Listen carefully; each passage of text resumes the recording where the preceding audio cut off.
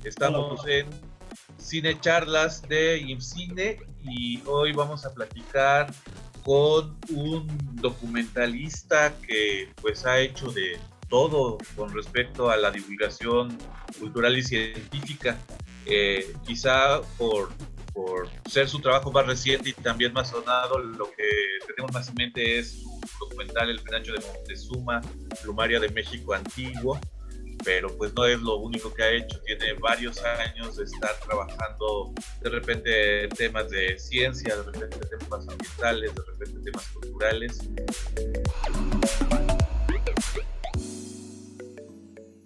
Te agradezco mucho, Jaime Curi, que platiques con nosotros. Quiero que platiquemos sobre todo de los 4 cortometrajes que ahora tenemos en Filmin Latino con motivo del Día Nacional del Cine Mexicano. Bueno, mira, es una larga historia, no voy a entrar en detalles, pero entré muy chavo al centro de cortometraje, Sí. haciendo producción y poco a poco me fui integrando al equipo con el maestro Carlos Velo. Y bueno, a la vuelta del tiempo, no muchos años, 3, 4 años, ya estaba yo como director del centro de cortometraje. En el Inter, siendo gerente de producción, presenté el proyecto de Orozco, eso es, digamos, oficialmente mi primera película en 35, aunque hay otros trabajos, pero con la idea de hacer trilogías. En ese momento también se hizo con Claudio Isaac, se hicieron trilogías de escritores, que espero pronto también estén en la plataforma. Jaime Sabines, Pita Amor y Octavio Paz. Mi idea era precisamente pues, lo que se puede ver en el documental, no entrar en minucias biográficas de personas. Simplemente se agruparon la obra en general, tanto mural como caballete, como lo que fuera, por temas, es decir, la introducción, luego viene la crítica social, luego la crítica religiosa, en fin, son bloques temáticos que eran las obsesiones de Orozco. Por otro lado, no quise abrir desde un principio los grandes murales, las grandes cúpulas, sino ir descubriendo a través de oscurecer los murales. Y la cámara viaja en puntos de luz que entran y salen. Todo esto está hecho en cámara, no hay un solo efecto especial electrónico digital, nada. Todo se hizo con dimmers, con rióstatos, prendiendo, apagando luces, poniendo conos, detallando. Y eso le dio una atmósfera, creo, una atmósfera a la obra. El documental tiende a caducar. Es parte del documental y eventualmente recobra un valor con los años, un valor testimonial. En el caso de estos tres pintores, ocurrió un fenómeno. Yo siento que no han perdido, bueno, las críticas que he recibido y demás, no han caducado. Es decir, la obra, la que habla, y de alguna manera entiendes en qué estaba pensando este hombre, ¿no? Te aproximas de la misma manera que hubiera sido un documental didáctico, ¿no? Digamos. Pero en una de las proyecciones conocí a Cordelia, Ajá. a Cordelia Urueta, que no sabía yo nada de ella en realidad, pero me empezó a platicar y muy, muy linda. A mí me sorprendió porque con toda humildad yo no conocía su pasado ni nada, y me dijo que le había gustado mucho Orozco. Y comenzamos a platicar y me dijo que ella había estado con Alma Reed en Nueva York, muy joven, y había compartido una exposición con Orozco. Entonces, estamos hablando de un artista que nadie conoce, que no sabemos que esta mujer estuvo exhibiéndose en Nueva York mucho antes que cualquier otra mujer mexicana, pero mucho antes, ¿no? Y bueno, me dijo, ven a la casa, y en su estudio, y estaba obsesionada ya en el abstracto, ya había dejado el arte figurativo, que es espléndido, y estaba muy obsesionada con el asunto del petróleo, los tubos, el óxido, la depredación que dejaba.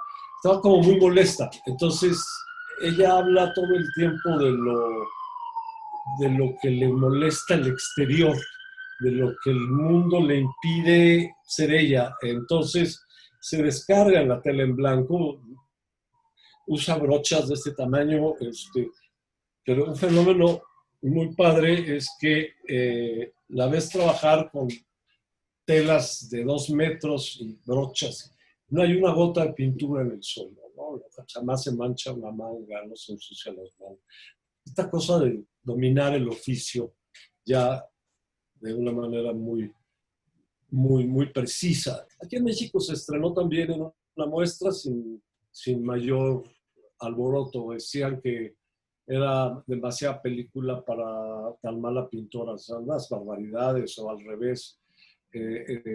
No entendieron, no se entendió muy bien. Sin embargo, con el paso de los años, el solo testimonio de la pintora y estar presente en un proceso creativo, porque a pesar de que tenía muchos problemas de vista, ya estaba muy mayor, le pedí que pintara un cuadro y lo hizo. Y la iluminamos con un reflector de 5000 por detrás, por delante. O sea, una situación muy invasiva para ella, pero aún así obedeció, muy profesional y quedó un muy lindo documental. Y bueno, por último, el remate era doctoral. Siento que en ese momento, pues también, estamos hablando hace muchos años, no había internet, la gente no estaba enterada, las exposiciones eran esporádicas, se seguía hablando de los grandes monstruos o de los jóvenes de la ruptura, en fin, ese era el panorama de la plástica. Y dije, bueno, José María Velasco, pues todo el mundo ha visto un cuadro de Velasco y muy pocos conocían realmente la obra de arte. Y entonces ahí metimos a un personaje que encarnó, digamos, la imagen se parecía muchísimo a Doctor Atl. Este hombre era utilero de los Churubusco, un refugiado español, el Doctor Agut. Fue muy divertido, había muchas afinidades entre el Doctor Atl. Él hacía utilerías, era artista, tenía un modo de pensar muy similar al de Atl, un poco anarquista. Hicimos, nos prestó Lola Álvarez Bravo unas grandes fotos muy bonitas pusimos de back projection para darle una atmósfera de fantasía al estudio aquel mítico que no existió jamás, pero que sabemos que preparaba en sus colores, sabemos que se fue a la tumba, inclusive con el secreto de esos Atl Colors, con estas tremendas texturas y esa brillantez en los tonos del color. Entonces resultó en un trabajo, digamos, un poco más o menos, para mi gusto, menos preciso que los otros dos. Tuvimos muchos problemas en laboratorio, se perdió material, de que entras con la pata izquierda, ¿no? Pero se salvó y curiosamente fue el que más éxito tuvo. Entonces se ganó un Ariel, una Mesa de Plata y un montón de premios en festivales internacionales por esta onda de fantástica que tenía. Parecía, o parece, que se mete a los cuadros, que camina por aquí. Y bueno, gustaron mucho. Y hasta ahí, sí, digamos, serían las anécdotas, los grandes rasgos. En los tres casos, la obra está acomodada o por temas o por texturas. Igual en Doctor Atl tenemos primeros trabajos, luego los aeropaisajes, luego los no sé qué, los volcanes, en fin, también por texturas. Eso le dio la riqueza de acercarte con un lente bueno, no una óptica estupenda, negativo hacia iluminar las texturas. Entonces hay algo entre puntillista y presionista que descubres en Atl que normalmente a la primera vista no lo ves. O sea, en todos estos casos la idea es llevar el ojo con la cámara, llevar el ojo a donde normalmente no llega. Y de repente me siento como viendo algo como lo que ahora se llama en estos tiempos como videoarte. O sea, yo también esperaba algo quizá un poco más didáctico y todo eso, y nada. Es completamente enfrentarme a la... y me llama la atención eso de las texturas. O sea, nunca había visto, creo, trazos con tanto detalle y estos juegos de pantalla que zoom in, zoom out, que nos va jugando como a ir de la composición a ver casi casi el tejido del óleo y viceversa, ¿no? Eso se me hace bien interesante y completamente contemporáneo, ¿no? Fíjate que curiosamente eso molestó mucho a los cineastas y críticos y demás, que eso no era un documental y que, en fin, había argumentos, sí, válidos, todos son válidos, ¿no? Que un documental tiene que tener testimonios y tiene que estar a cuadro y tiene que opinar de y así, y asado, y no.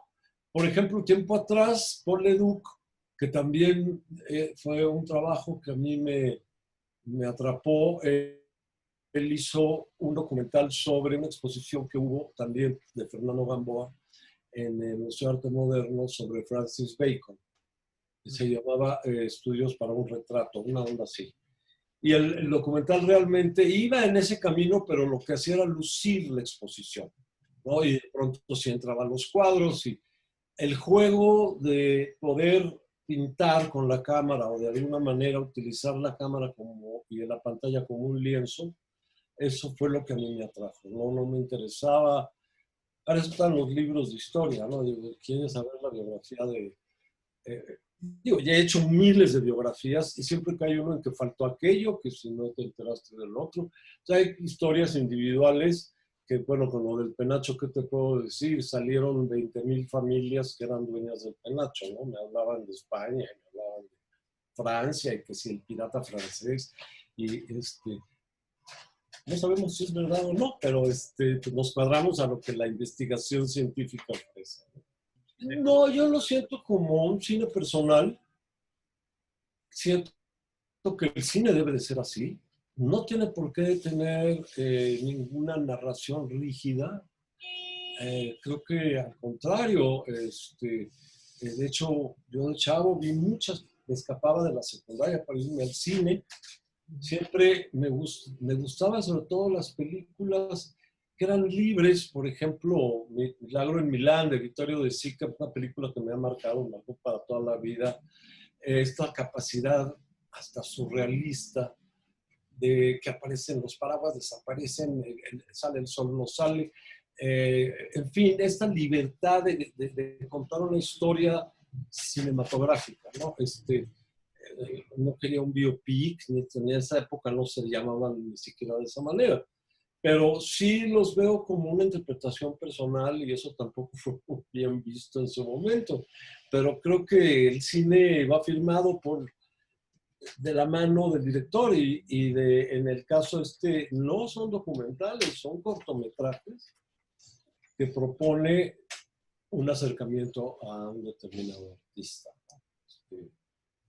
Mi trabajo por lo general ha sido así, menos lo que he hecho, por ejemplo, trabajos de ciencia, ¿no? El Penacho Moctezuma fue un documental netamente científico, basado en una investigación de 2 años con toda la gente, que rayos X y que si la intervención fulana y de qué son las plumas, en fin, con expertos más 70 o 100 otros que hice con la Academia Mexicana de Ciencias, pues ahí sí tienes que ser muy claro.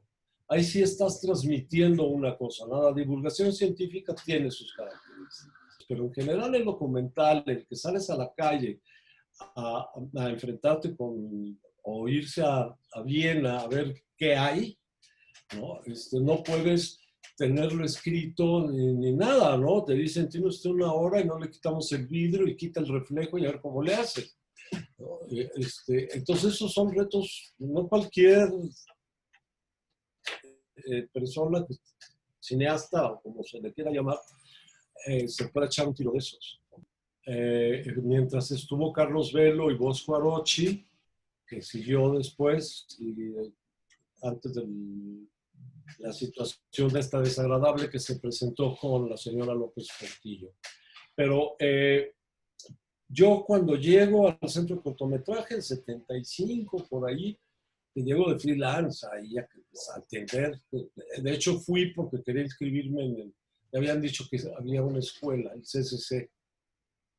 Fui y resultó que lo que había era un terreno, no se había construido todavía. Y, y fui a caer al centro de cortometraje, conocí a Ángel Flores, conocí a Tom Rofiel, que eran los productores en ese momento, y empecé a chambear ahí y me di cuenta que era también un espacio de libertad. Era muy curioso, era un mundo dual. El centro de cortometraje, las propias oficinas estaban divididas en dos. Uno se llamaba la Subsecretaría de la Presidencia. O sea, tú descolgabas el teléfono y te hablaba Esther Zuno de Echeverría o el presidente. Se filmaban todo el tiempo. Y por el otro lado estaba el centro de cortometraje en donde se hacían documentales con cineastas como Alfredo Burrola, Corquidi, Rubén Gámez, bueno, y con el tiempo ahí trabajó Cuarón, trabajó Luis Mandoki, trabajó el Chivo, todo el mundo pasó por ahí. Fue un territorio bastante fértil, sobre todo había una neutralidad sindical, no pertenecíamos a nadie, legalmente pertenecía a Churubusco, pero se permitía trabajar con gente del STPC o del STIC, simultáneamente podías llevar el equipo que quisieras. Ahí comenzamos a hacer producciones con poca gente, que es mucho más cómodo en algunos casos. Nicolás Echevarría hizo toda su obra importante ahí, salvo Cabeza de Vaca, pero María Sabina, Floricanto, la Semana Tarahumara, la preciosísima de Poetas Campesinos, pues ahí tuve la fortuna durante todos esos años, yo estuve del 75 al 87, digamos, trabajar con toda esta gente y participar y producir una tras otra, hacíamos 50, 60, hasta 80 títulos al año, ¿no? Pero regresando un poco al origen del centro, entonces se hicieron películas importantes sobre el golpe de Estado en Chile, había un carácter político, militante, izquierda, abiertamente y soportada por el propio gobierno de Echeverría, ¿no? Estaba el cine de Fons, de Casals, de Gonzalo Martínez, de esta generación, de Jaime Humberto, en fin, esta generación nueva en ese momento, que habían deslumbrado con un montón de películas, y muchas de ellas pagadas por el gobierno, si no todas. Estaba al frente del Banco Cinematográfico Rodolfo Echeverría, que apoyó ciegamente esos proyectos, inclusive hablaban mal del gobierno, ¿no? La mayoría. Había esta idea yo siento que Echeverría tenía la idea de que el propio gobierno debía de pagar para que hablaran mal de él, ¿no? O sea, en una especie de ejercicio de depuración espiritual o algo así, lo que generó muy buenos trabajos, muy buenos ahí sobre medio ambiente, sobre esto, cosas muy promocionales y turísticas, pero hay cortos espléndidos. Ahí hay tesoros, realmente los hay películas que hay que sacar. Yo he intentado, te lo juro, desde que salí del centro de cortometraje, me metí ahí en unos problemas de no encontrar chamba, pero luego entré al Canal 22, también como freelance con Enrique Strauss, a hacer cosas también de pintores, hicimos varios, de escritores, hicimos muchos, y le decía yo, Enrique, rescata lo que tienen ahí, hay que sacarlo. Luego en TV UNAM con Ernesto Velázquez le dije, es que ahí podemos hacer una barra, rescatar esas películas, invitar a los sobrevivientes y hacer programas, porque estamos hablando de un periodo en la historia de México que está guardado.